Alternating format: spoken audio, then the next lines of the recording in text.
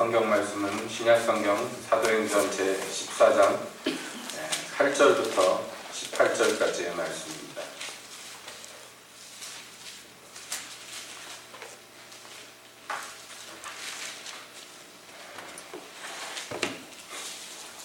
사도행전 14장 8절부터 18절까지 함께 보시겠습니다. 루스드라에 발을 쓰지 못하는 한 사람이 있어 앉았는데 나면서 앉은 데 되어 걸어본 적이 없는 자라. 바울의 말하는 것을 듣거든 바울이 주목하여 구원받을 만한 믿음이 그에게 있는 것을 보고 큰 소리로 가로되 네 발로 바로 일어서라 하니 그 사람이 뛰어 걸었지. 무리가 바울의 행한 일을 보고 루가오니아 강원으로 소리질러 가로되 신들이 사람의 형상으로 우리 가운데 내려오셨다 하여 바나바는 스스라 하고 바울은 그 중에 말하는 자이므로 험해라 하더라. 썸박 스스 신당의 제사장이 소와 화관들을 가지고 대문 앞에 와서 무리와 함께 제사하고자 하니 두 사도 바나바와 바울이 듣고 옷을 찢고 무리 가운데 뛰어들어가서 소리지며 가로되 여러분이 어찌하여 이러한 일을 하느냐. 우리도 너희와 같은 성정을 가진 사람이라. 너희에게 복음을 전하는 것은 이 헛된 일을 버리고 천지와 바다와 그 가운데 만유를 지으시고 살아계신 하나님께로 돌아오라 합니다.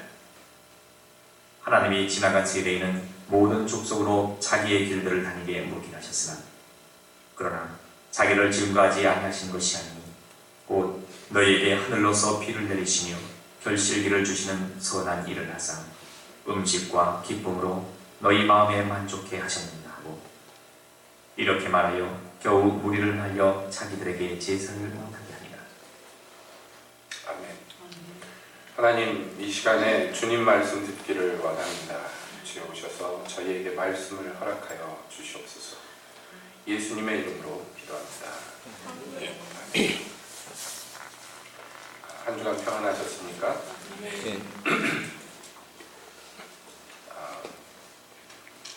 감기가 유행하다 보니까 저희 집에도 감기가 들어와가지고 지금 전염이 돼서 돌고 있는 중입니다. 그래서 제 목소리가 이상해도 여러분들이 이해해 주시기 바랍니다. 오늘 읽은 본문의 말씀은 바나바와 바울 두 사도가 전도 여행을 시작하고 그리고 이고니온에서 복음을 전하다가 쫓겨나서 루스드라에 와가지고 복음을 전할 때 일어난 사건을 지금 기록하고 있습니다. 그것을 함께 보았는데요.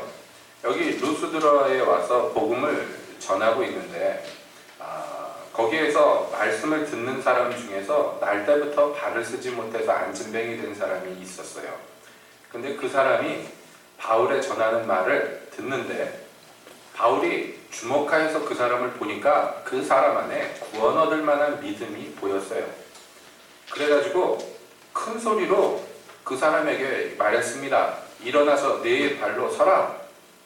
그랬더니 이 사람이 일어나서 뛰기 시작한 거예요. 기적이 일어났습니다.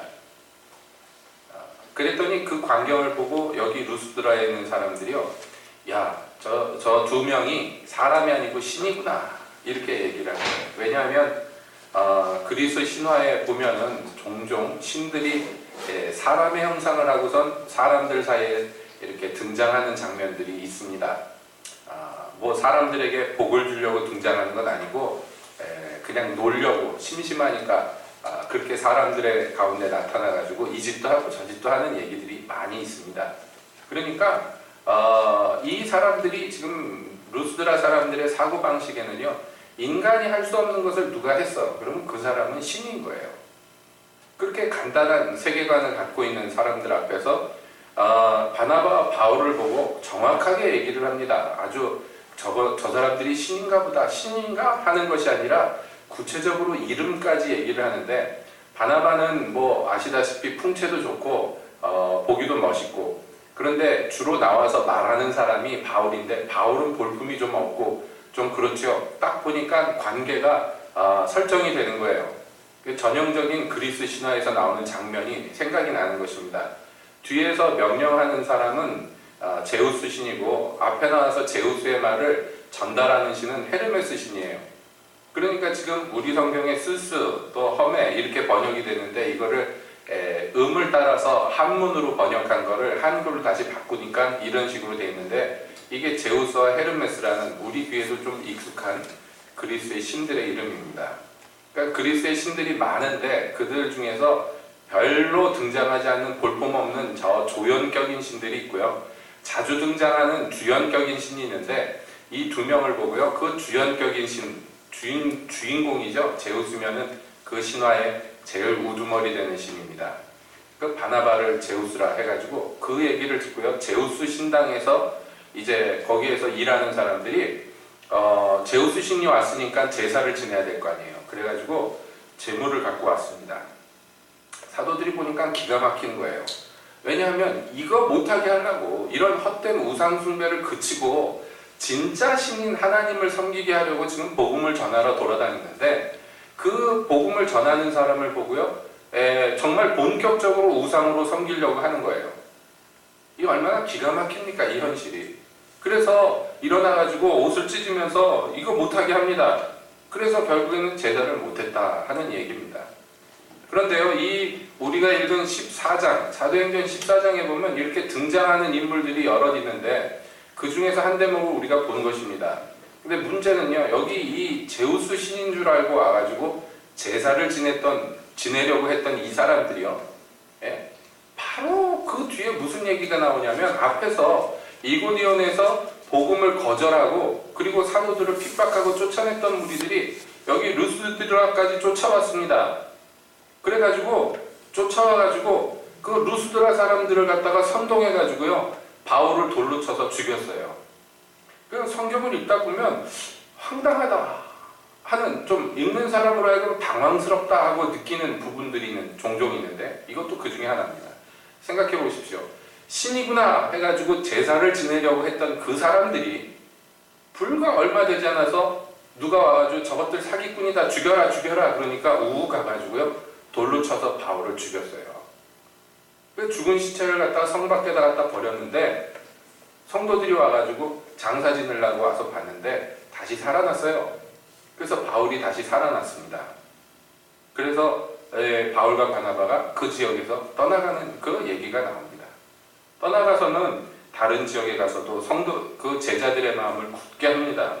그러면서 얘기하기를, 이 믿음에 거하라, 22절에 그렇게 얘기해요. 권하고, 또 우리가 하나님 나라에 들어가려면 많은 환난을 겪어야 할 것이다 하고 교회를 오히려 더 위로하고 권면합니다. 자, 이 대목들을 보면서 제가 말씀드린 것과 같이 우리는 당황하게 됩니다. 뭐 이런 사람들이 다 있는가? 왜냐하면 저 사람이 아니구나, 신이구나 했던 사람들이 그 다음 얼마 되지 않아가지고 남의 말을 듣고요, 죽여라 그래서 진짜 살인을 하려고 돌을 쳐서 죽였단 말이죠. 이게 얼마간의 시간이 여기에 시간 차이가 있었는지는 정확히 알지 못하지만, 그러나 이고니온에서 쫓아와가지고 루스드라까지 쫓아온 사람들의 이야기를 보니 이것이 긴 시간이 아닌 것은 분명합니다. 그러니 불과 얼마 되지 않는 시간 사이에 마음이 이렇게 확 변할 수가 있을까? 그냥 저 사람들이 신이 아니었구나 그러고 마는 정도가 아니라 죽여야 되겠다, 그래서 몸으로 실행에 옮길 정도로 이렇게 극단적으로 사람이 반응이 바뀔 수가 있을까 생각해 보면서, 야, 이거 희한하다. 이중인격도 아니고 다중인격도 아니고 제정신이면 이렇게까지는 안 할 텐데, 그런 생각이 들지 않을 수가 없는 것이에요. 그러면서 또 한편 생각해 봅니다. 우리가 생각해 봅니다. 이 얼마나 허망한 것인가, 이 인간들이라는 것이 얼마나 허망한 존재인가 생각하지 않을 수가 없어요. 왜냐하면 그 눈에 기이하는 것을 보았을 때, 야, 우리가 예전부터 섬기던 그 신들 중에 하나가 우리 가운데 사람의 몸으로 나타났구나 해가지고 제사를 지내려고 제물까지 들고 오는 이 미련한 반응을 봅니다. 뭐냐면 이 사람들이 지금 전하는 말이 있잖아요. 지금 사도가 복음을 전했습니다. 그러면 그것을 들었으면 이렇게 얘기를 하지 않을 거 아니에요. 왜냐하면 사도 바울이 와가지고 지금 바나바와 함께 복음을 전하는 내용들이 이전에 자기들이 섬기던 신들을 섬기는 내용하고 전혀 다른 얘기를 할 것 아닙니까? 그 내용이 정확하게는 나오지 않습니다만 복음을 전했다라고 얘기했을 때 여러분이 복음을 전했다 하고 성경이 나왔을 때 항상 이 복음의 핵심이 뭡니까? 예수 그리스도가 바로 우리의 구세주고 그분을 믿음으로 구원을 얻어야 된다. 이것이 복음의 가장 중요한 중심, 핵심이죠. 그래서 어떤 사람은 그것을 주목하여 듣다가 그 마음에 믿음이 생겼어요. 그 말을 듣다 보니까 예수라는 분이 진짜 우리의 구원자고 이 세상의 신이라고는 하나님밖에 없구나. 이것을 믿었어요. 그것이 구체적으로 몸으로 나타났어요. 기적으로 반응했습니다. 그런데 같은 시간 같은 장소에 있었던 어떤 사람들은 그 들은 얘기들을 전혀 무시하고 자기 생각대로 일어난 현상을 파악하고 이해를 합니다. 그래서 저게 제우스고 저게 헤르메스인가 보다 그래가지고 제사까지 지내려고 해요. 그러면 같은 시간에 같은 얘기를 들었는데 어떻게 이렇게 정반대의 생각을 할 수 있을까? 예? 생각을 해봅니다. 이거 참 허무한 얘기 아닙니까? 참 허망합니다. 그리고 한편으로는 불쌍합니다.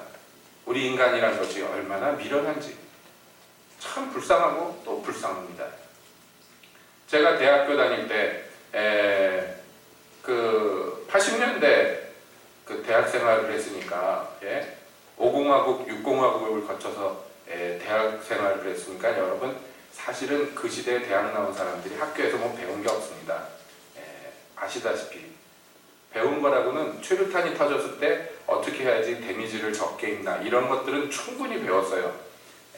그래서 뭐 그런 우스갯소리가 있죠. 그 당시에 군대 가가지고 훈련 받을 때 가스실에 넣어도 애들이 별로 고통스러워하지 않았다. 그런 얘기들이 있을 정도로 맨날 먹는 게 정말 가스 그 최루탄 속에서 살았으니까요. 그런데 그러다 보니까 자연적으로 학교에서요 학생들이 짝 분류가 됩니다. 뭐냐면 적극적으로 나가가지고 돌 던지고 화염병 던지는 친구들이 있고 그렇지 않은 친구들이 있죠. 이게 구분이 되는데 운동권이다. 그래서 그 당시에 데모를 앞장서던 친구들 중에 제일 무서운 친구들이 누구냐면 여자애들이 제일 무서워. 정말로 운동권 여자애들은 무섭습니다.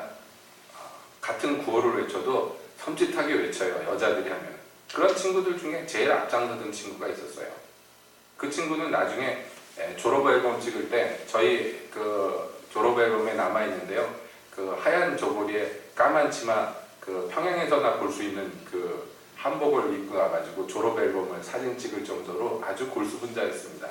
그래서 이상하게 저랑 많이 충돌했어요. 왜냐하면 그 친구가 올 때 저는 의식도 없고 민족과 나라를 생각도 안 하는 아주 골수 꼴통 기독교 광신자라고 생각을 했기 때문에 그래서 그 친구가 저한테 별명을 져준 게 교주라는 별명을 져줬습니다. 제가 기분이 나빠서 저는 그 친구를 기생충이라고 불렀습니다. 그래서 만날 때마다 사이가 굉장히 안 좋았는데 학교에서 그걸 고적답사라고 해서 이렇게 놀러 가는 게 있었어요. 버스를 타고 한 며칠 동안 전국 돌아다니는 게 있었는데 제가 웬만하면 참석을 안 하는데 그 해에는 뭐 때문인지 참석을 했습니다. 버스 안에 같이 타고 가다 보니까 부딪힐 일이 더 많은 거예요.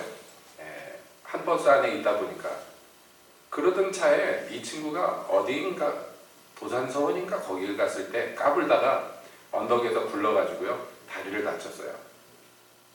그래서 제가 그러면 안 되는데 속으로 조금 쌤통이다 그런 생각이 없잖아 있었는데 그 다음에 어디를 가가지고 버스에서 우우 내리는데 보니까 혼자만 못 내리고 앉아있는 거예요. 다리를 다쳤으니까 산속에서 어디 갈 수도 없잖아요.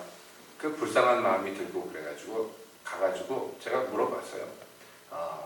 기도해줘도 괜찮겠냐. 그 평소 같으면 그 개소리 하지 말고 꺼져라 그럴 텐데 아프긴 아팠나 봐요. 그러니까 발이 아프니까 기도해주겠다 그러니까 해줘라 그러는데 보니까 발목이 그 테니스 조공처럼 퉁퉁 분 거예요. 이 얘기는 제가 전에도 한 적이 있어서 들은 분들은 지겹다 그러지 말고 또 한번 들으세요. 못 들은 분들이 있으니까. 그런데 눈으로 보니까 이 다리가 퉁퉁 부어가지고 테니스공처럼 된 게 발목을 이건 병원에 가야 될 것 같아요. 그래가지고 어떻게 하겠습니까? 기도를 해줬죠. 또 저 혼자 기도하기가 뭐 그러니까 친구들 연락하고 같이 기도해 주겠다. 그래서 발을 이제 여자애니까 다른 여자애들이 붙들고 함께 기도를 했습니다. 기도를 하는데 얼마 기도를 하지 않았는데 이 친구가 울기 시작하는 거예요. 기도를 받다가 뭐 기도 받다 울 수도 있지 그렇겠지만 여러분 80년대 운동권이 얼마나 살벌했는지 제가 말씀드렸잖아요. 여자애들이 얼마나 살벌한지. 절대로 그런 거 갖고 울 친구들이 아닌데 기도를 다리 아픈 거 고쳐달라고 기도를 하는데 막 우는 거예요. 그래가지고 이제 기도를 해주는데 얼마 기도를 하지 않았습니다만은 한참을 울다 고개를 듭니다. 하나님이 은혜를 주신 거예요. 발을 고쳐달라고 기도를 했는데 하나님이 그 마음 가운데 역사를 하셨습니다. 그래가지고 한참 울다가 고개를 들었는데요. 얼굴에서 도끼가 싹 빠지고 얼굴에서 빛이 나는 거예요. 하나님의 은혜가 임했죠. 그리고선 기뻐하는 거예요. 그래서 너도 이제 하나님 계신 게 느껴지지? 고개를 끄덕끄덕합니다. 하나님이 너 사랑하시는 거 알지? 그랬더니 고개를 끄덕끄덕하면 또 우는 거예요. 그래서 아주 분위기가 좋았는데 다리가 어떻게 됐는지 생각도 못하고 있었어요. 다. 나중에 보니까 나은 거예요. 거기에서. 그러니까 그거는 발이 나은 거는 부록이죠. 더 주님께서 원하신 건 그 마음 가운데 임하시는 것이었습니다. 그래가지고요 껌딱지처럼 딱 붙어가지고 그 일정 끝날 때까지 평소에 아주 그냥 막 병균 보듯이 위아래로 그렇게 멸시하는 눈으로 보던 친구가 껌딱지처럼 붙어서 함께 다녔습니다. 좋아가지고 그 은혜 받으면 기쁘잖아요. 그리고 좋았는데 그게 얼마 가지 못하더라고요. 좀 지나니까 다시 또 화염병 들고 나가가지고 그렇게 됐습니다. 얼마 가지 못합니다. 왜냐하면 하나님이 잘못해서 그런 게 아니라 사람이란 게 그래요. 구습으로 돌아가기가 그렇게 쉽습니다. 그래서 몇 달이 지났는데 다시 원래대로 제가 그래서 그렇게 굴길래 둘이 만났을 때 제가 그랬어요. 너 그때 하나님이 너한테 찾아오셔서 고쳐주시지 않았느냐 네 발을. 그랬더니 아니라는 거예요. 우연히 고쳐졌다는 거예요. 그게 말이 됩니까? 어떤 사람이 다리가 그렇게 골절이 됐는지 삐었는지 모르겠지만 걷지도 못하고 꼼짝도 못할 정도로 그 지경이 됐는데 어떤 우연이 그 시간에 역사해가지고 그걸 고쳐줬을까요? 그거야말로 기적 아닙니까? 하나님이 고쳐주셨다 그러면 아주 쉬운데 그거를 인정을 못하는 거예요. 그리고 자기가 거기에서 울었다는 것도 수치스러운 거예요. 잠시 정신이 나가고 미쳤다는 거예요. 그러니 뭐 할 말이 있습니까? 그 우연히 그렇다고 그러는 것입니다. 여러분 인간이라는 것이 이렇습니다. 하나님이 역사하시고 만져주시고 고쳐주시고 여러분 하나님이 은혜 주실 때 그때 선하지 않은 사람이 어디 있습니까? 하나님이 임하셔서 고쳐주시고 낫게 하시고 위로하시고 눈물 콧물 쏟고 그럴 때 강박한 사람이 어디 있습니까? 그때 거역한 사람이 어디에 있겠습니까? 좋아하죠. 다 기뻐하죠. 즐거워하죠. 전 재산이라도 바칠 것 같고 간이고 쓸개고 다 바칠 수 있을 것 같죠. 그게 얼마나 갑니까? 얼마 가지 못합니다. 안 그런 이들도 분명히 있습니다. 그렇게 하나님이 은혜 주셔서 평생 하나님께 헌신하는 이도 있지만은 일반적으로 볼 때 하나님의 은혜 주셔가지고 그 시간으로 해가지고 확 바뀌어가지고 뭐가 완전히 달라졌다 그런 분들이 있으면 참 감사한 거지만 사실은 드물더라. 대부분은 어떻습니까? 여기 루스드라 사람처럼 신이다 하고 떠받들다가 그 다음에 얼마 가지 않아서 돌을 들어가지고 죽어라 하고서 돌로 치는 거예요.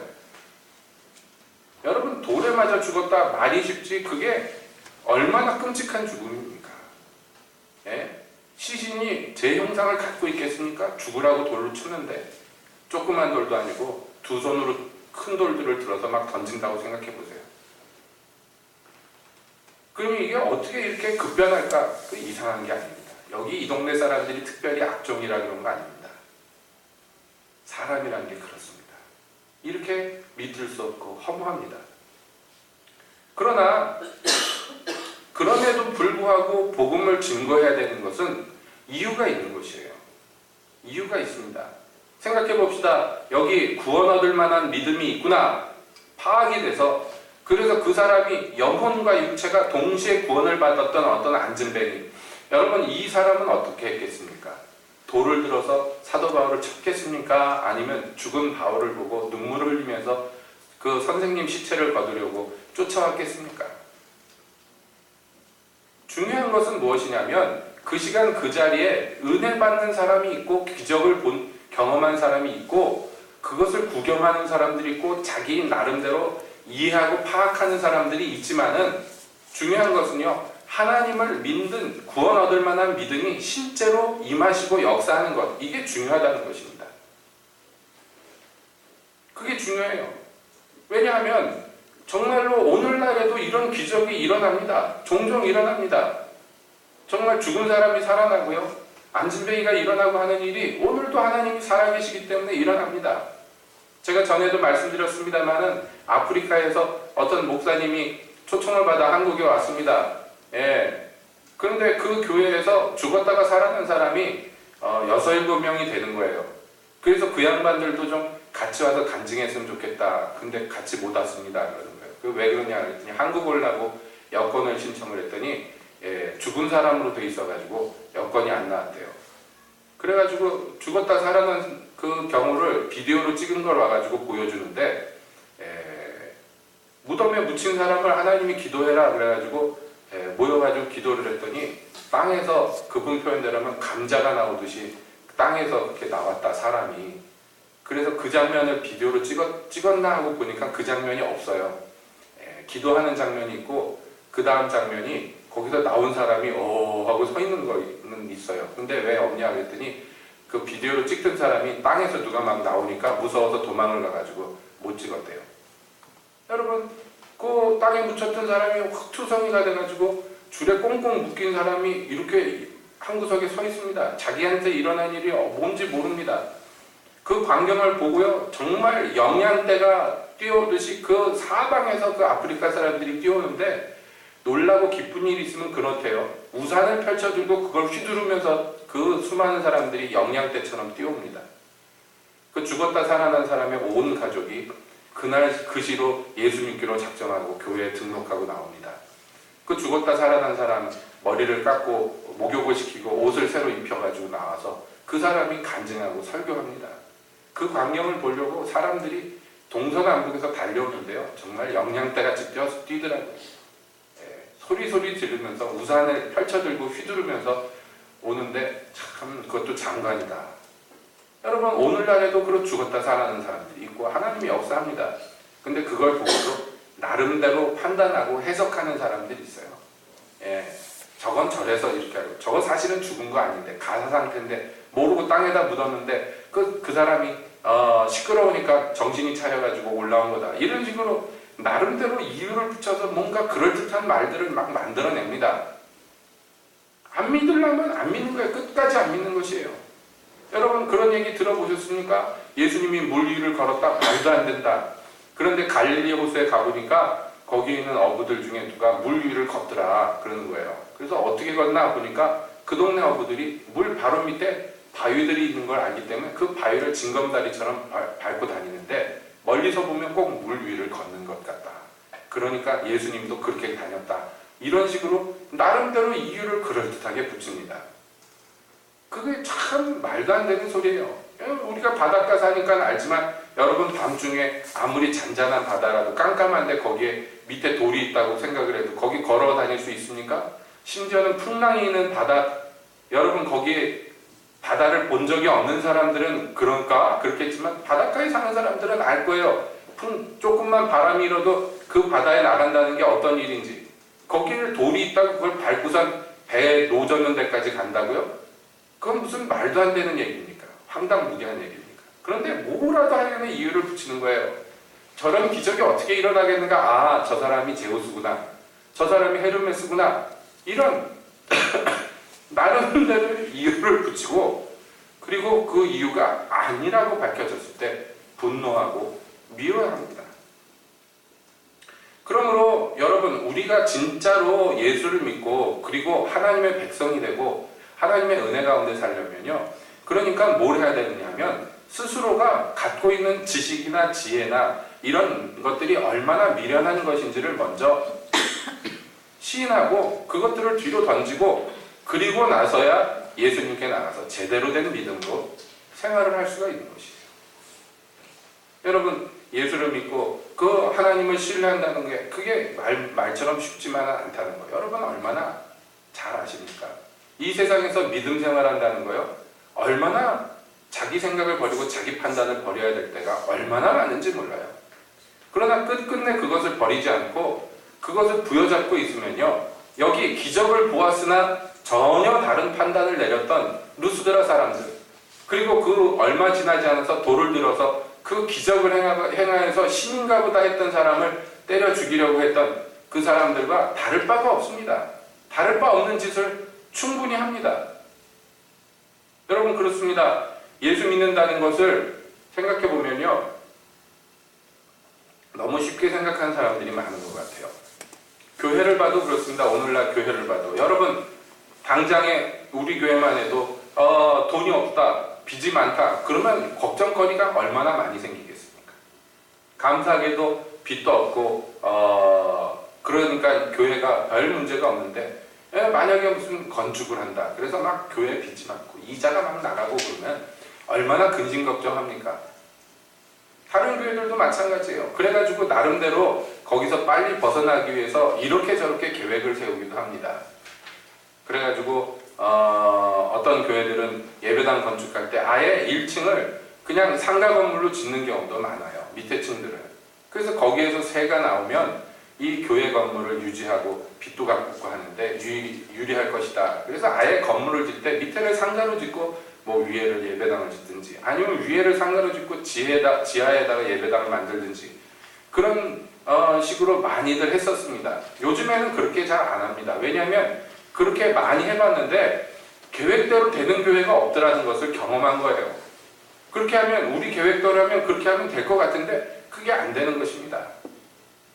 저희 잘 아는 교회, 어떤 교회도 건축은 해야 되겠는데 돈은 모자라고 어떻게 하면 빨리 건축할까, 그러니까 누가 의견을 내가지고 이 건축 헌금 모은 거 갖고 아파트를 하나 사서 값이 오르면 그걸 팔아가지고 건축을 하자. 그랬더니 교인들이 들으니까 그럴듯하거든요. 그래서 그러자 그래가지고 아파트를 하나 사는데요, 그때부터 부동산이 얼어붙어가지고 값이 떨어지기 시작합니다. 그러니까 재직할 때마다 싸우는 거예요. 누가 처음에 아파트 사자고 그랬냐고. 다 찬성해서 사놓고서. 그래가지고 내가 사자고 그랬냐, 네가 사자고 그랬냐고 밤낮 싸웁니다. 여러분, 그런데 딱 하나는 안 해요. 이런 방법도 쓰고 저런 방법도 쓰는데 딱 하나 안 해. 뭐냐면 미련하게 하나님 믿는 거는 안 해요. 왜냐하면 그건 불안해요. 무책임한 것 같아요. 하나님 믿고 기도하자 그러면 그거야 당연히 하는 거지. 그러면서 다른 방법을 찾아내려고 합니다. 이것은 한 예입니다. 그 밖에도 우리 삶 속에서 정말로 하나님 믿고 하나님 의지하고 하나님께 기도하고 그러면 이제 됐구나. 그러니까 아닙니다. 그거 하면서도 불안합니다. 하나님이 안 해줄 것 같고 기도는 하면서 자꾸 빠져나갈 구멍을 만들려고 합니다. 그래서 기도 열심히 해놓고 결국에는 하는 거 보면요, 처음에 세웠던 자기 계획대로 합니다. 그런 게 얼마나 많은지 몰라요. 제가 전에 있던 교회 빚이 많아가지고 정말로 어마어마한 빚이 있어요. 건물 때문에 수십억의 빚이 있습니다. 이자를 갚는데도 힘듭니다. 그러니까 내일 얼마를 갚아야지 되는데, 안 그러면 부도나는데, 오늘 모여가지고 열심히 기도합니다. 예, 그 열심히 기도하고 또 누가 계시를 받습니다. 하나님이 내일 나만 의지하라, 내가 다 해결해 주겠다 그러셨다고 막 아멘 할렐루야 그러고 기쁘다 그러고 막 기도를 하고 그럽니다. 그래 놓고요, 그 다음날 되면요, 사방에 전화질 해가지고 돈 빌립니다. 그 기도는 뭐하러 하나, 얼마나 허무한지 몰라요. 계시는 뭐하러 받나, 얼마나 허무한지 몰라요. 그때 왜 할렐루야 하고 박수를 쳤는가. 그걸 어차피 어차피 여기저기에다가 이렇게 돈 끌어 당겨서 갚고 저렇게 돈 끌어 당겨서 막을 건데 왜 그렇게 하는가? 그래서 목사로서 제가 의견을 낼 때마다 그런 얘기 했습니다. 하나님이 이거 해결 안 해주셔가지고 망하면 그냥 망하자. 교회 문 닫게 되면 문 닫자. 그러면은 사람들이 막 말 심하게 한다고 막 화를 냅니다. 그럼 어떻게 해요? 사기를 칠 거예요? 뭐 도적질을 할 거예요? 그런데 결국에 사기를 치고 도적질을 하더라고요. 하나님을 믿는다고 그러는데 안 믿는 것입니다. 여러분, 믿는다는 것은요, 그러므로 우리가 갖고 있는 판단력, 지혜, 지식, 이것을 일단 던져버리는 것이에요. 믿는다는 건 좀 어떤 때 보면 미련하게 보일지도 모릅니다. 여러분 생각해 보십시오. 날 때부터 안진뱅인 사람이 네 발로 일어서라 그러면 일어서겠습니까? 예? 일어서는 사람도 이상하죠. 그런데 일어서요. 미국의 케네스 헤겐 목사님이 집회를 참 인도하다가 보니까 앞자리에 어떤 여자분이 휠체어에 앉아서 온 거예요. 다리를 못 쓰는 사람이에요. 그런데 막 그 말씀을 전하다 보니까 하나님께서 감동하시기를 저 사람을 내가 고쳐주겠다. 그러는 거예요. 그래가지고 자매님 일어나십시오. 하나님이 고쳐주신다고 합니다. 그랬더니 이 여자분이 그래서 휠체어에서 일어났어요. 얼마나 기쁘겠습니까? 사람들이 막 기뻐 박수치고 이 여자분도 이리 뛰고 저리 뛰고 찬양하고 막 그럽니다. 그랬는데요. 그 다음날 집회를 하는데 휠체어를 타고 왔어요. 또 그게 어떻게 된 거냐 그랬더니 너무너무 기뻐가지고 막 눈물 콧물 흘리다가 나중에 집회 끝나서 집에 갔는데 집에서 너무 기뻐가지고 가슴이 막 두근두근하고 야, 이 현실 같지가 않고 내가 다리가 고쳐지다니 막 그러고 있는데 옆에 휠체어가 있더래요. 자기가 평생 타고 다니던 휠체어. 그런데 또 휠체어를 타야 될 것 같더래요. 마음에, 생각에. 지금 현실이 걸어 다니는 건데 이거는 다리가 나은 거는 비현실적이고 저 휠체어가 현실처럼 보이는 거예요.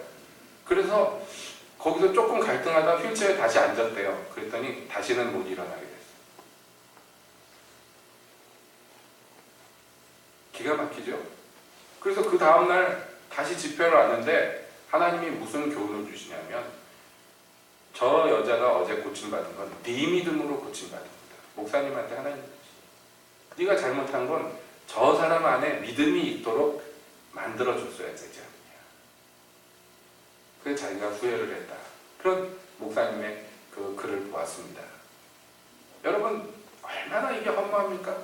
다시 휠체어에 앉아야 되는 그것이 현실처럼 보여서 앉았는데 현실이 돼버렸어요. 그러므로 우리가 예수를 믿는다는 것은요, 눈에 보이는 것, 귀에 들리는 것, 마음에 생각 드는 것, 이걸 신뢰하는 게 아니에요. 무엇을 신뢰하냐면 주님의 약속, 주님의 언약, 주님 그 자신, 그분을 믿는 것입니다. 우리가 이렇게 신앙생활하는 것도요, 우리의 믿음을 변화시키는 일련의 과정입니다. 오늘 이렇게 여러분 말씀을 듣는 것도 마찬가지입니다.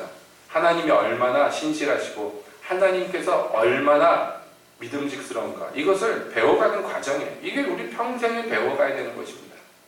그 배워간다는 것은 다시 말씀드립니다. 자기 생각, 자기가 받은 교육, 자기가 살아온 경험, 이거 뒤로 던지고 어린아이같이 주님을 신뢰하는 것이에요. 그분이 믿을만 합니다. 제가 대학 시절에 그 다리가 나았다가 도로 원래대로 됐던 친구 얘기를 했습니다. 그런데 이 친구가 졸업식 때도 말씀드린 것처럼 조청년이나 입고 다닐 만한 그런 한복을 입고 하고 졸업식을 치렀어요. 참 대단하죠. 그런데 제 마음에 무슨 생각이 드냐면 하나님께서 한 번 은혜를 주셨는데 하나님 놓지 마시고 자비와 긍휼을 베풀어 주시옵소서. 그건 마음에 남아있는 거예요. 졸업하고 볼 일이 뭐가 있습니까? 그런데 때때로 생각날 때마다 기도가 되더라고요. 근데 나중에 동창들을 통해서 소식이 들려옵니다. 목사님 사모님이 되었다. 그런데 얼마나 기도를 세게 하는 사모님인지, 교인들이 다 사모님을 존경한다. 그런 얘기를 듣게 됐습니다. 그 얘기를 듣고 참 하나님께서 그 신실하시구나. 그 미련하고 말로 할 수 없는 그 미련 곰탱이를 어떻게 그렇게 끝까지 쫓아가셔서 붙드시고, 그 뒤에 무슨 일이 있었는지 제가 못 만나서 얘기를 못 들었습니다만은 하나님께서 그 오래 참으시는 가운데 손을 놓지 않으시고 은혜를 베푸셨어요. 참 감사합니다. 그 생각을 하면 참 감사합니다. 우리 교회에도 몇 번 방문했던 제 친구 되는 김진국 선교사님도 학생 시절에 친구지만, 그리고 교회 다니는 기독교인이라고 자처하는 친구지만, 제가 이렇게 예수님 얘기하고 하나님 얘기하고 그러면 항상 비웃고 비아냥거리고 그랬어요. 그런데 하나님께서 그 친구를 잊지 못하게 하시고, 하나님께서 뭔가 일하실 것 같은 생각을 자꾸 들게 하시고, 그래서 어떻게 사는지도 모르고 뭐하고 돌아다니는지도 모르는데 그냥 위에서 생각날 때마다 기도하게 하시고 그랬습니다. 들리는 소문이라고는 어쩌다가 한 번씩 들리는 게 흉흉한 얘기들만 들립니다. 정말 옛날에 그 싸이월드라고 할 때 자기 그 홈페이지에다가 사진 올리는 거 보면 요번에 새로 무슨 용문신을 했는데 그래서 그런 사진이나 올려놓고 막 들리는 얘기들이 다 흉흉합니다. 그런데도요, 한편으로 무슨 생각이 드냐면, 그 인터넷에서 오랜만에 만나는데 뭐라고 하냐면 자기를 가리켜서 회개할 죄인이라고, 우리 참 목사님한테 가서 내가 회개를 좀 해야 되는데 뭐 그런 소리를 하는 거예요. 그러니까 이 마음 가운데 그래도 하나님께서 뭔가 마음을 주시나 보다, 그런 생각을 가끔씩 해드렸습니다.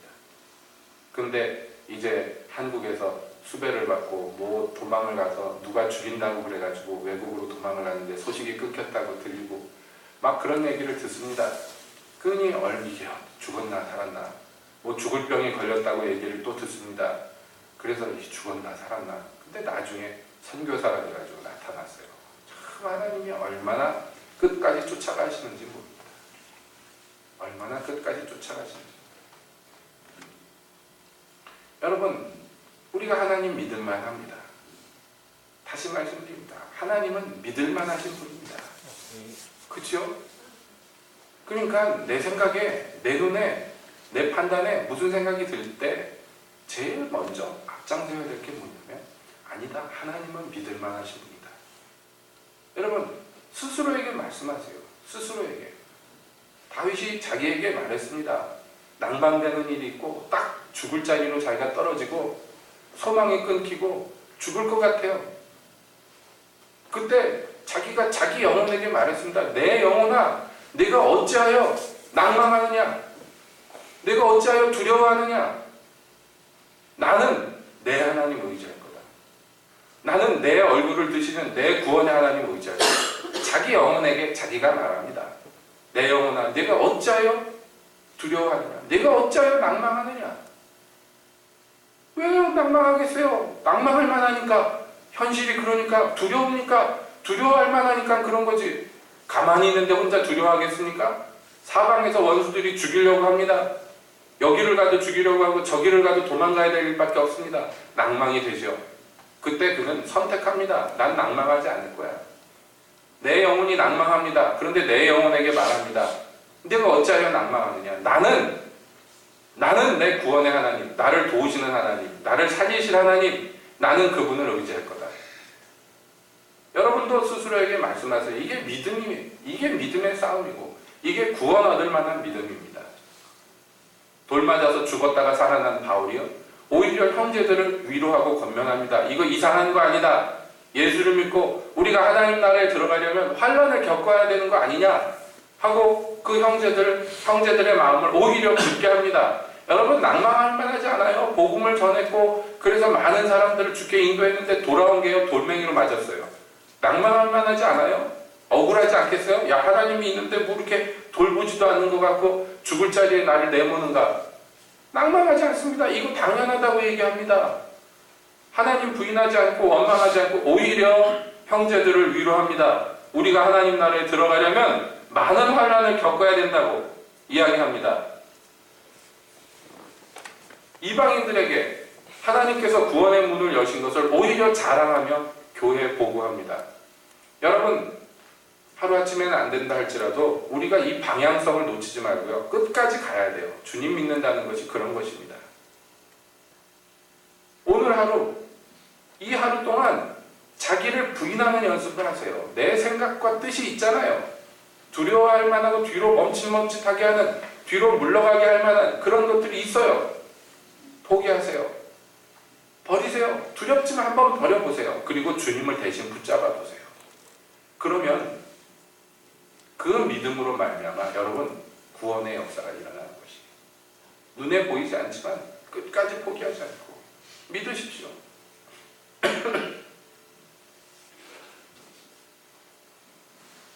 말씀 마치면서 저희 아버지 말씀을 또 드릴게요.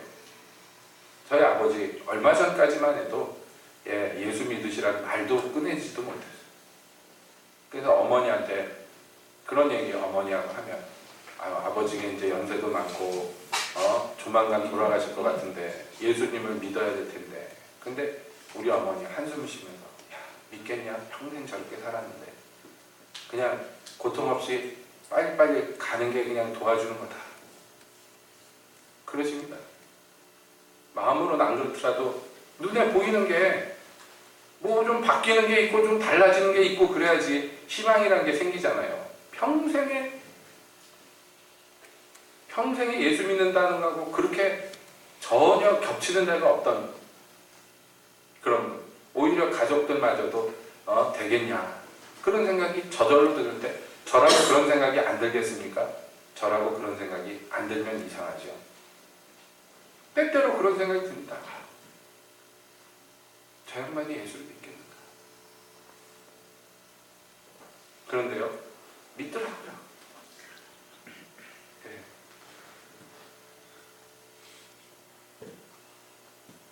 지나가는 말로 물어봅니다. 아버지 요즘엔 기도 좀 하십니까? 에이 무슨 기도를 해요. 교회 좀 나가셔야죠. 에이 다 늙어서 무슨 교회를 나가. 아니 목사 아버지가 교회도 안 나가고 하면 됩니까? 교회를 나가셔야죠. 나가고 싶은데 다리에 힘이 없어서 말이 달라지는 거예요. 말이 달라져요. 개소리 하지 마! 그러지를 않고 닥쳐! 그러지를 않고 나가고는 싶는데 나 같은 게 어떻게 나가겠냐 그러는 거예요.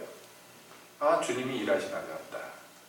그러면 집에서라도 기도하시라고 신앙서적을 꾸준히 갖다 드려요. 신앙서적 중에 재밌는 것들이 있잖아요. 지옥에 갔다가 뭘 보고 천국에 갔다가 뭘 봐가지고 예수를 믿었다 이런 간증집들 있잖아요. 예? 이것 좀 보시라고. 그 다음에 가보면요 다 보셨어요. 그 책을 갈 때마다 갖다 드리고 어떤 때 택배로도 갖다 드리고 가보면 책을 다 읽으셨어요. 여러분 믿음은 들으면서 납니다. 그 성경책도 이제 보시라고 그랬더니 매일 한 장씩 본다. 나중에 여쭤봅니다. 기도하냐고. 그랬더니 잠들기 전에 기도하는데 나 같은 게 기도해도 되나 싶다. 그러는 거예요. 여러분 하나님께서 일하십니다.